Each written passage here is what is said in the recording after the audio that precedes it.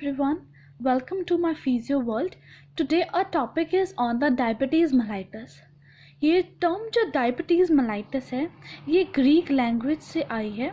इसमें डाया का मतलब होता है थ्रू, बेनिन का मतलब होता है टू गो, mellitus का मतलब होता है sweet.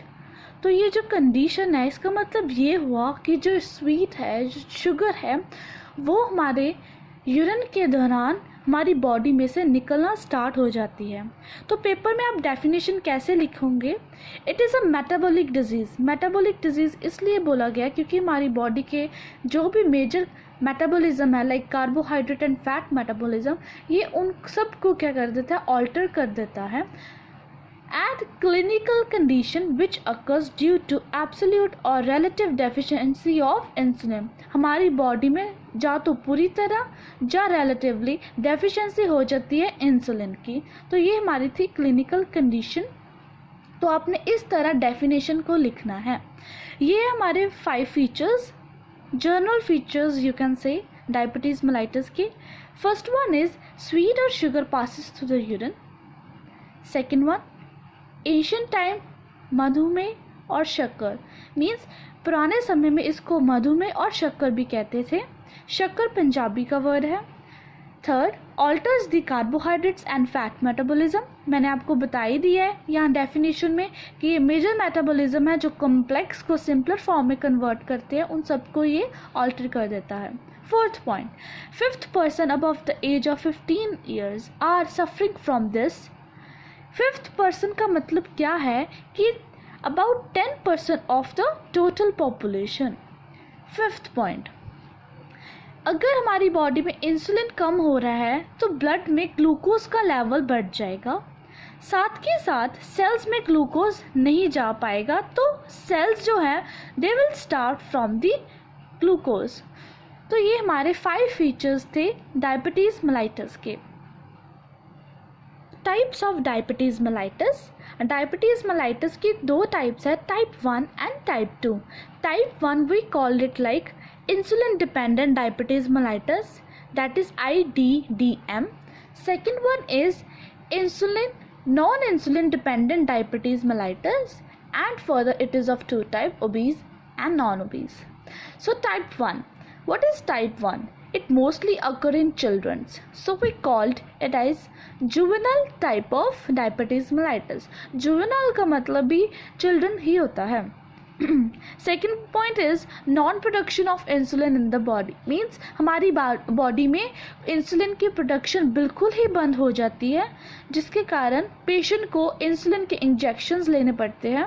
Third point is totally depend on insulin for the survival from the external source. मतलब जो हमारा पेशेंट है वो टोटली इंसुलिन पे डिपेंड कर जाता है. Now we will do the type 2. What is type 2 diabetes mellitus? 95% belongs. इसका मतलब ये हुआ कि हमारे अगर पॉपुलेशन 100% है तो उसमें से 95% जो है टाइप 2 के पेशेंट्स होंगे. Insulin is present in the body but unable to respond. इसका मतलब ये है कि बॉडी में इंसुलिन तो है बट वो रिस्पॉन्ड नहीं करता. Third, above age of 40, means जिसकी भी एज अबव देन 40 है उन सभी को चांसेस है टाइप 2 डायबिटीज़ mellitus के. फोर्थ टाइप, इसकी टाइप्स है further obese and non obese. Complications of the diabetes mellitus. Basically complications 2 type की आती है, एक्यूट जो कि थोड़े समय के लिए होती है और क्रॉनिक जो बहुत ज़्यादा लॉन्ग टाइम के लिए होती है. तो फर्स्ट हम करेंगे एक्यूट कॉम्प्लिकेशंस. उसमें आता है diabetic ketosis. What is diabetic ketosis? जब किसी भी पेशेंट को अगर डायबिटीज़ mellitus है तो ग्लूकोज की ऑक्सीडेशन होनी बंद हो जाती है बॉडी पे. सो जो बॉडी होती है वो टोटली फैट पे डिपेंड करती है. अगर फैट पे डिपेंड कर दिए फॉर द एनर्जी तो there will be a breakdown of the fat. जब फैट की ब्रेकडाउन होगी तो formation of ketose, ketone bodies का बनना, we called it like ketogenesis, right. अगर कीटोन बॉडीज़ ब्लड में मिले हमें तो हम उसे कहते हैं कीटोनीमिया. अगर यूरिन में मिले तो हम कहते हैं कीटोयूरिया. इन तीनों टर्म्स को मिला के हमारे पास बनता है डायबिटिक कीटोसिस. अब कीटोन बॉडीज़ को चेक करने के लिए हम टेस्ट करते हैं, that is a Rothera test that we will do further. Now chronic complications. In chronic complication, there are like erythrocytosis, complications of eyes, neuropathies, nephropathy related pregnancy. ये जो सारी मैंने लिखी हैं ये सारी chronic complications है, इसको हम डिटेल में करेंगे. फर्स्ट इज एरिथ्रोसिक्लोसिस. ये क्या होता है? इसमें ब्लड वेसल्स की ब्लॉकेज हो जाती है, स्पेशली आर्टरीज में. It occurs in coronary arteries of heart. It causes angina और myocardial infection. तो जब ये coronary artery में ब्लॉकेज होती है हार्ट में, तो ये angina और myocardial infection कॉज करता है. Third point, it occurs in cerebral vessels, जो कि ब्रेन में होती है, जिसके कारण क्या हो जाता है? स्ट्रोक और पैरालिसिस भी हो सकता है. Second, complications related to eyes. Severe complications of hyperglycemia is cataract. सबसे ज़्यादा severe complication है cataract जब डायबिटीज़ मेलाइटस होता है. Second point, retinal microvascular abnormalities leads to retinopathy and blindness. इसके कारण blindness और retinopathy भी हो सकती है. न्यूरोपैथी, जिसमें नर्व डिजीज़ होता है. अब जो पेरिफेरल न्यूरोपैथी है विद पैराएस्थीजिया, मतलब एक साइड का सुन होना, उसमें क्या होता है? मतलब इन कंडीशंस में ये कंडीशंस है जो डायबिटीज़ पेशेंट में कॉमन है. Second, leads to foot ulcer and gangrene. Gangrene का मतलब ये होता है कि अगर कोई भी हमारे कहीं भी जब पेशेंट पे ऐसे कहीं भी इंजरी लग जाए तो वहाँ पे टॉक्सिन जमा होने लग जाता है. ठीक है, उस it occurs conditions called the diabetic foot and then amputation में डन. डायबिटिक फुट कहते हैं जिसके कारण एम्पुटेशन करनी पड़ती है. इसका मतलब ये है कि बॉडी का एक पार्ट सेपरेट करना पड़ता है. मीन्स सर्जरी के मतलब सर्जरी की हेल्प से उसको हमने बॉडी से सेपरेट करना है. क्यों? क्योंकि उसमें अब बहुत ज़्यादा टॉक्सिन इकट्ठा हो गया है. Neuropathy. In diabetes patient, function of kidney is also affected as urea and creatinine level increases and GFR decreases. Third, finally kidney unable to work properly which may leads to kidney failure. So neuropathy में क्या है? Patient में urea and keratin का level बहुत बढ़ जाएगा जिसके कारण ग्लोमेरुलर फिल्ट्रेशन रेट कम हो जाएगा और kidney unable to work properly which led to kidney failure. That is about the neuropathy. Now diabetes related to pregnancy. जब कोई भी वुमेन को प्रेगनेंसी होती है और उसको डायबिटीज़ हो जाए तो क्या रिस्क है? There is a risk of intra uterine death, miscarriage of baby, pre term baby and premature babies. So these all are the complications. So risk factors of diabetes mellitus. Here are 10 risk factors that I have written. First is hereditary disease, more chances in twins, endocrinopathies. What are these? These are the, like we can say, the abnormality in the hormones like Cushing disease, acromegaly and thyrotoxicosis. Fourth is pancreatic disease. In this we have chronic pancreatitis and carcinoma of pancreas. Fifth, exposure of some viral illness, then have more chances of diabetes mellitus. Polycystic ovarian syndrome, high blood pressure, high cholesterol and triglyceride level, high chances in autoimmune diseases. Already on treatment for the cancer is having the more chances, means they are having the more chances of the diabetes mellitus. So these all are the risk factors of diabetes mellitus. So now investigation related to diabetes mellitus. यहाँ पे मैंने 4 test लिखे हुए हैं. First is FPG, that is fasting plasma glucose. इसमें क्या होता है?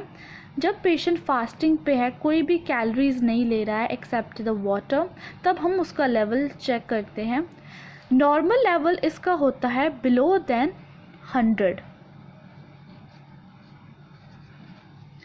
हम यहाँ पे सारी वैल्यूज़ जो भी लिख रहे हैं वो हम लिख रहे हैं मिलीग्राम डेसीलीटर में, मिलीग्राम पर decilitre. Okay, so the normal value of FPG is less than 100, but if the value is greater than 100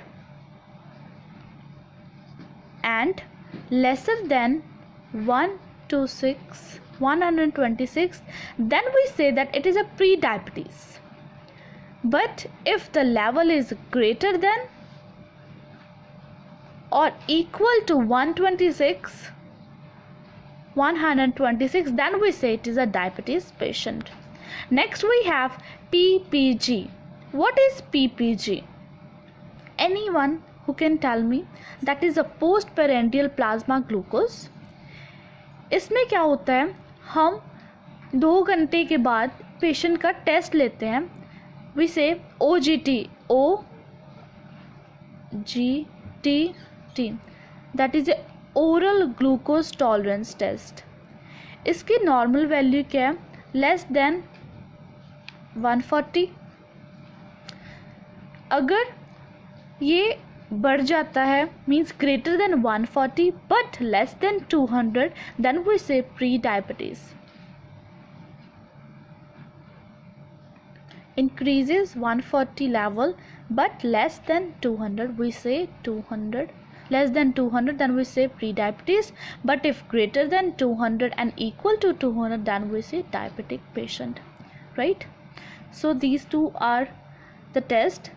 And now RPG, random plasma glucose test.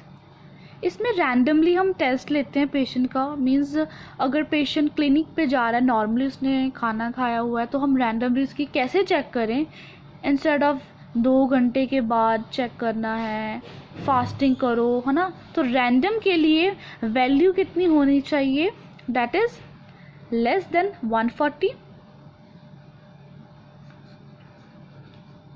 अगर उसका लेवल लेस देन 140 है तो मतलब it is a normal, but if greater than और equal to 200 then we से diabetic patient, right?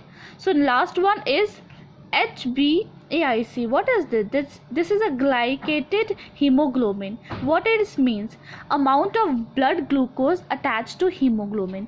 जितने भी हमारी अमाउंट ऑफ ब्लड ग्लूकोज है वो हीमोग्लोबिन के साथ अटैच होती हैं. बेसिकली हीमोग्लोबिन क्या होता है, जो RBCs में प्रेजेंट होता है and it take oxygen from different parts of the cells of the body. So इसमें क्या है, अगर परसेंटेज लेस देन 5.7 है, लेस देन 5.7% है, means it is a normal. But if greater than 5.7 but less than 6.5, then we say pre-diabetic patient. If greater than or equal to 6.5, then we say it is a diabetic patient. ये जो मैंने test यहाँ पे लिखे हुए हैं ये 4, इसमें से ये ज़रूरी नहीं सारे ही करवाने हैं, कोई भी एनी वन ऑफ इट अगर कोई भी कराओगे. फॉर एग्जाम्पल इफ़ फास्टिंग, तो हमें पता चल जाएगा ये है, पेशेंट इज़ डायबिटिक. अगर हम RPG कराते हैं तो भी पता लग जाएगा, तो पेशेंट इज़ डायबिटिक. अब हमारे पास है अदर टेस्ट. उसमें हमारे पास है Benedict test, Rothera's test and Bolling's test. What is Benedict's test? It is the test to check the sugar level. Basically Benedict test में होता क्या है, हम एक टेस्ट ट्यूब लेंगे, उस टेस्ट ट्यूब में हम 5 ml पेशेंट का यूरिन डाल देंगे और उस पर हम 8 to 9 ड्रॉप्स ऑफ बेनेटिक रिएजेंट डाल देंगे, राइट. फिर हम उसको अच्छे से मिक्स करेंगे और बॉईल करेंगे. After heating, note down the colour as change in the test tube. अब जब हमने इसको बॉईल किया तो कलर चेंजमेंट्स आएंगे, right. So if there is no colour change in the test tube और blue colour appear as the colour of the solution, then there is no sugar in the urine, means test is negative. So Benedict test में simply colour changement से आपको पता लग जाएगा, right. अब colour कैसे अगर कलर आता है तो कैसे आता है, right. If there is a green colour to yellow, अगर ग्रीन से येलो कलर में जा रहा है, then there is a +1 sugar,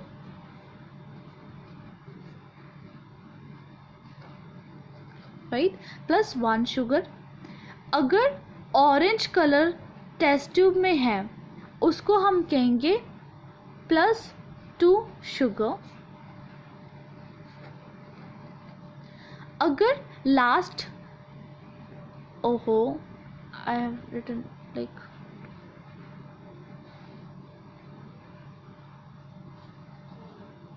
अगर टेस्ट ट्यूब में ब्रिक रेड कलर आ रहा है, इट मीन्स +3 शुगर।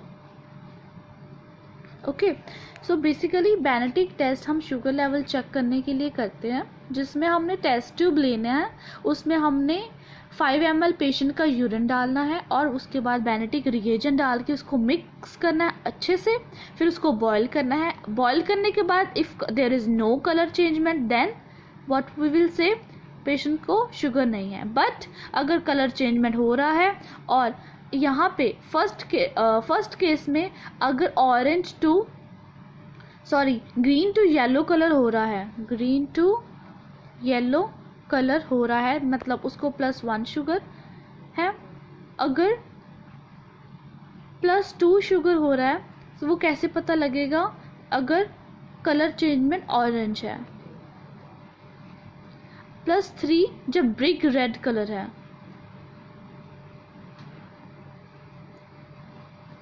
ठीक है, तो ये तीनों हमारे लेवल्स हैं। नाउ रूथ्रास टेस्ट, बेसिकली ये टेस्ट किया जाता है कीटोन बॉडीज़ को चेक करने के लिए कि कीटोन बॉडीज़ कितनी है। तो इसका प्रोसेस क्या है, हम एक टेस्ट ट्यूब लेंगे, उसमें हम फिर यूरिन का सैंपल डालेंगे और उसमें थोड़े से क्रिस्टल्स डालेंगे अमोनिया सल्फेट के in that test tube and we will mix it। ठीक है, तो now we will add the freshly prepared sodium nitropricide sorry, फिर हम उसको मिक्स करेंगे अच्छे से। फिर उसके बाद हम ऐड करेंगे 2 ml of the liquid ammonia. ठीक है, फिर उसके बाद लिक्विड अमोनिया ऐड करने के बाद हम उसको अच्छे से मिक्स करेंगे। मिक्स करने के बाद उसमें अपीयरेंस होगी पर्पल कलर ऑफ रिंग्स। अगर वो पर्पल कलर की रिंग्स बन रही है टेस्ट ट्यूब में, it means ketone bodies are present and means test is positive. So Rothera's test का ये मेथड है। ठीक है, और अगर रिंग फॉर्मेशन नहीं हो रही, it means test is negative. So the last one is Bolling's test. ये टेस्ट किया जाता है प्रोटीन और एल्ब्यूमिन को चेक करने के लिए। तो इसका प्रोसेस क्या है, हम फिर टेस्ट ट्यूब लेंगे और उसमें 5 ml ऑफ यूरिन ऐड करेंगे, हीट करेंगे upper half of that urine sample. Heating करने के बाद वहाँ पे क्लाउडीनेस अपीयरेंस होगी और I can say the white precipitation appears on the upper half, right.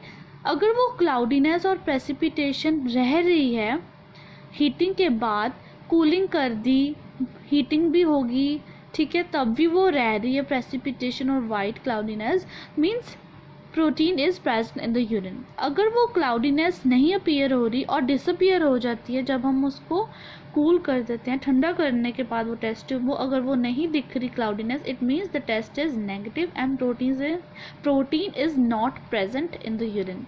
अगर वो वाइट प्रेसिपिटेशन की जो थिकनेस है, वो क्लाउडीनेस की, अगर वो उस थिकनेस पे डिपेंड करता है, मतलब वो टेस्ट ट्यूब पे जितनी भी थिकनेस है वाइट क्लाउडीनेस, वो बताती है कि प्रोटीन कितनी अमाउंट में प्रेजेंट है हमारे यूरिन में। So last we will do the management and treatment. काफ़ी इसकी एग्जाम्पल्स है, मेथड्स है, बट इसमें से आपको थोड़े से पॉइंट जो एग्ज़ाम के पॉइंट ऑफ व्यू से याद रखने हैं, दैट इज़ फर्स्ट आप लिख सकते हैं कि मेडिसिन्स लेनी चाहिए कोई भी जो कि डायबिटीज़ मेलाइटिस को, मतलब जिसके लिए वो यूज़फुल है, right.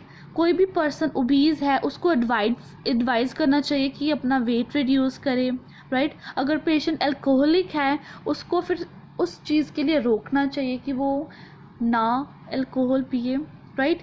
So next I can say जो पेशेंट है सफ़र करते हैं टाइप 2 डायबिटीज़ मेलाइटस से, उनको प्रिस्क्राइब करना चाहिए हाइपोग्लाइसेमिक ड्रग्स के लिए. And I can say that insulin is a drug of choice of in the type 1 diabetes mellitus where uncontrolled sugar is there. Okay, and in the last I will say that you should all manage, you should all take care of yourself, right? See, these all are, I can say, the disorders, right? If we are not fit, we are not healthy, we are not maintaining ourselves, so these all diseases will occur inside our body. So thank you.